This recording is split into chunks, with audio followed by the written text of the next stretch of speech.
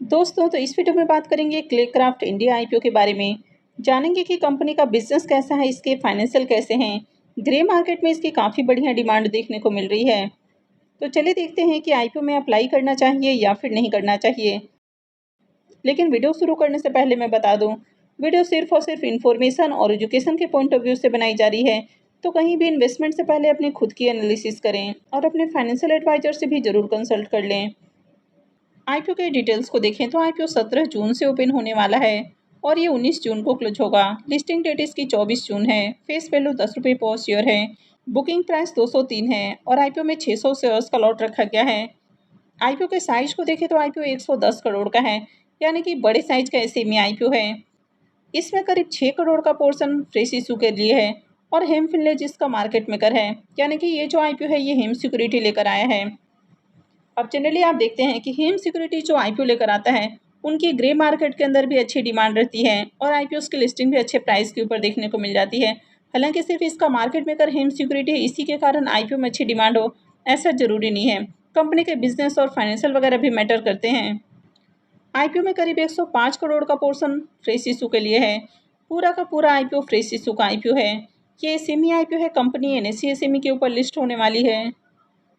IPO में reservation portion को देखें तो क्यूआईबीज के लिए आईपीओ में करीब 50% का पोर्शन है। एचएनआईज के लिए 15% और रिटेलर्स के लिए आईपीओ में 35% का पोर्शन रखा गया है। लॉट साइज की बात करें तो आईपीओ में 600 शेयर्स का लॉट है। तो अगर आप रिटेल पोर्शन से अप्लाई करते हैं तो आपको कम से कम 2 लॉट, यानी कि मिनिमम और मैक्सिमम आपको 2 लॉट के लिए अप्लाई करना होता है, यानी कि 1200 शेयर्स के लिए अप्लाई करना होगा और मिनिमम इन्वेस्टमेंट अमाउंट इस आईपीओ में 2,43,600 रुपये रहेगा। कंपनी के बिजनेस के बारे में बात करें तो कंपनी 1994 में इनकॉर्पोरेट हुई थी। ये बोन चाइना क्रोकरी और सेरेमिक टेबलवेयर की मैन्युफैक्चरर्स हैं और इंडिया के अंदर ये नंबर 1 सेरेमिक टेबलवेयर्स की मैन्युफैक्चरर हैं। तो कंपनी काफ़ी अलग अलग तरह के क्रॉकरीज बनाती है। तो इसमें काफ़ी अलग अलग तरह के प्लेट्स, कप्स, सॉसर्स, मग्स और किचन वेयर देखने को मिल जाता है। तो कंपनी घर में यूज़ होने वाले, होटल्स में यूज़ होने वाले, इसके अलावा कॉर्पोरेट में गिफ्टिंग के लिए भी क्रॉकरीज का यूज होता है। तो कंपनी उनके लिए भी क्रॉकरीज बनाने का काम करती है। तो कंपनी हाई क्वालिटी के डाइनिंग प्रोडक्ट्स बनाती है जो कि इनोवेटिव, डिजाइनिंग, ड्यूरेबल और स्टाइलिश होते हैं। तो ये कॉर्पोरेट और इंस्टीट्यूशनल क्लाइंट्स के लिए कस्टमाइज क्रॉकरीज भी बनाती है। ये होटल, रेस्टोरेंट और कैटरिंग में यूज़ होने वाले क्रॉकरीज बनाती है। कंपनी यहाँ पर कई तरह के ब्रांड्स को ऑपरेट करती है और इसके एसक्यूएस में 5770 स्टॉक्स हैं। कंपनी के अगर प्रोडक्ट पोर्टफोलियो को देखें तो इसमें dinnerware, mugs, plates and accessories, tea and coffee service set और अदर क्रॉकरीज हैं। इस कंपनी में भी 1392 एम्प्लॉइज़ काम कर रहे हैं। तो बिजनेस वाइज देखें तो अच्छा बिजनेस है और ये इंडिया के अंदर नंबर 1 टेबलवेयर क्रॉकरीज की मैन्युफैक्चरर हैं। कंपनी के फाइनेंशियल को देखें तो फाइनेंशियल 24, 25 और 26 3 सालों का कंप्लीट फाइनेंशियल है। सबसे पहले कंपनी के एसेट को देखें तो कंपनी का एसेट साल दर साल बढ़ते हुए देखने को मिला है। इनकम को देखें तो फाइनेंशियल 23 में कंपनी का इनकम 146 करोड़ का है, 25 में 154 करोड़ और 26 में बढ़ के 184 करोड़ का देखने को मिला है। तो कंपनी का इनकम भी लगातार इंक्रीज हुआ है। अगर प्रॉफिट को देखें तो फाइनेंशियल 24 में कंपनी 13 करोड़ का प्रॉफिट बना रही है, 25 में बढ़ के 20 करोड़ और 26 में बढ़ के ये 27 करोड़ का हो चुका है। तो कंपनी के प्रॉफिट को भी देखें तो कंपनी बढ़िया प्रॉफिट भी बना रही है और कंपनी का प्रॉफिट मार्जिन भी काफ़ी अच्छा है। इबिट्टा को भी देखें तो साल दर साल इसका इबिट्टा भी इंक्रीज हुआ है और नेटवर्थ भी लगातार बढ़ते हुए देखने को मिल रहा। कंपनी के पास अभी 150 करोड़ का रिजर्व है, यानी कि अच्छा खासा रिजर्व है। और अगर कर्ज को देखें तो 50 करोड़ के राउंड कंपनी के ऊपर कर्ज है, तो ज़्यादा कर्ज नहीं है। तो ओवरऑल फाइनेंशियल भी देखें तो फाइनेंशियल भी बढ़िया है।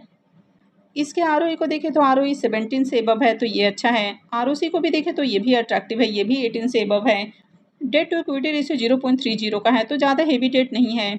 रिटर्न और नेटवर्थ भी अच्छा है और पैट मार्जिन भी देखें तो पैट मार्जिन भी 15 से अबव है, तो पैट मार्जिन भी अट्रैक्टिव है। ईबिटा मार्जिन भी अच्छा है। प्राइस टू बुक वैल्यू 1.85 का है, तो प्राइस टू बुक वैल्यू बहुत ज़्यादा लो है। वैसे ज़्यादा लो भी प्राइस टू बुक वैल्यू नहीं होना चाहिए। ईपीएस 17 से अबव है, तो ईपीएस भी काफ़ी शानदार है। पी मल्टीपल 11.38 का है, तो पी वाइज भी देखें तो कंपनी एक्सपेंसिव प्राइस के ऊपर आईपीओ लेकर नहीं आ रही है, तो ये भी इसमें प्लस पॉइंट है। प्रमोटर्स की होल्डिंग अभी 100% है, जो कि आईपीओ लिस्टिंग के बाद 73.63% हो जाएगी। मार्केट कैप इसका 417 करोड़ का है।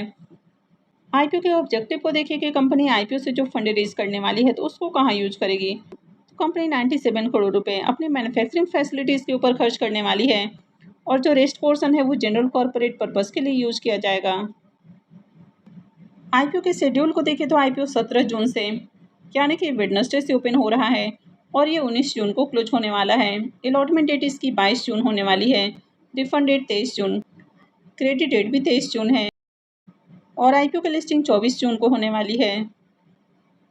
तो चलिए अब इसके प्रीमियम को भी देख लेते हैं कि प्रीमियम अभी किस प्राइस के ऊपर ट्रेड कर रहा और इससे कितना प्रॉफिट होने की उम्मीद है।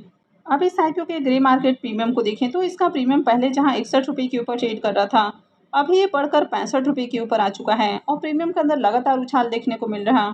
आईपीओ में 600 शेयर्स का लॉट है। ऐसे में 2 लॉट के ऊपर इस आईपीओ से करीब 78,000 रुपये प्रॉफिट की उम्मीद है।